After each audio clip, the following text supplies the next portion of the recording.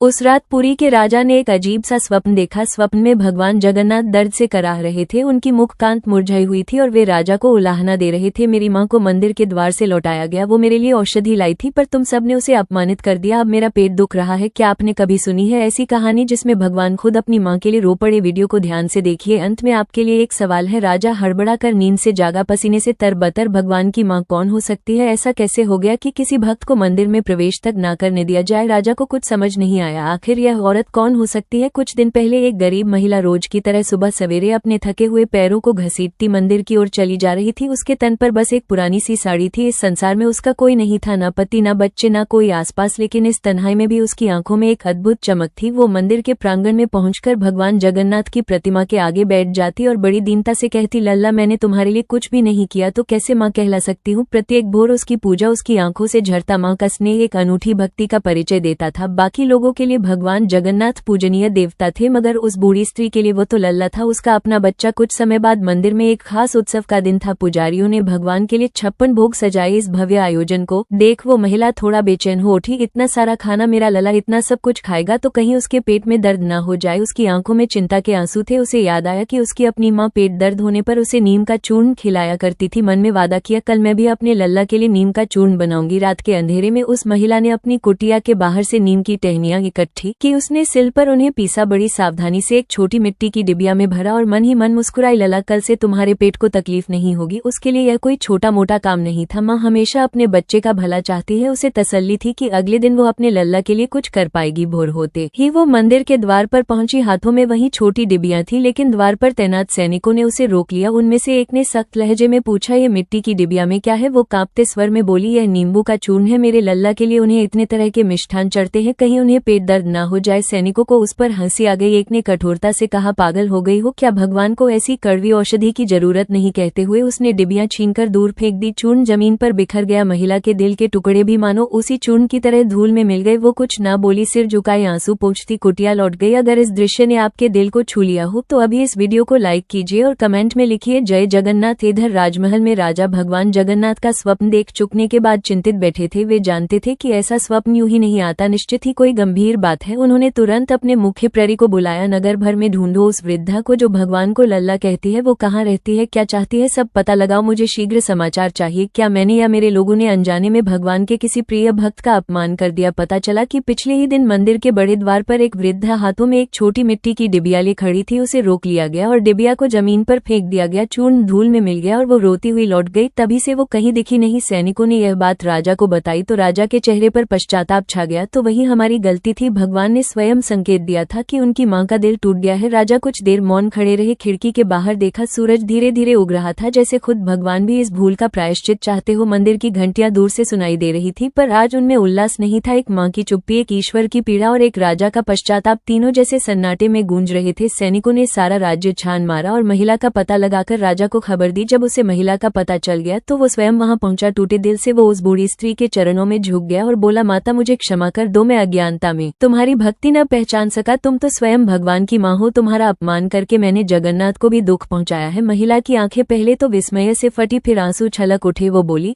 मुझे तो अपने लल्ला की फिक्र थी, मैंने उनके लिए नीम का चूर्ण बनाया था। सैनिकों ने मेरी डिबियां फेंक दी।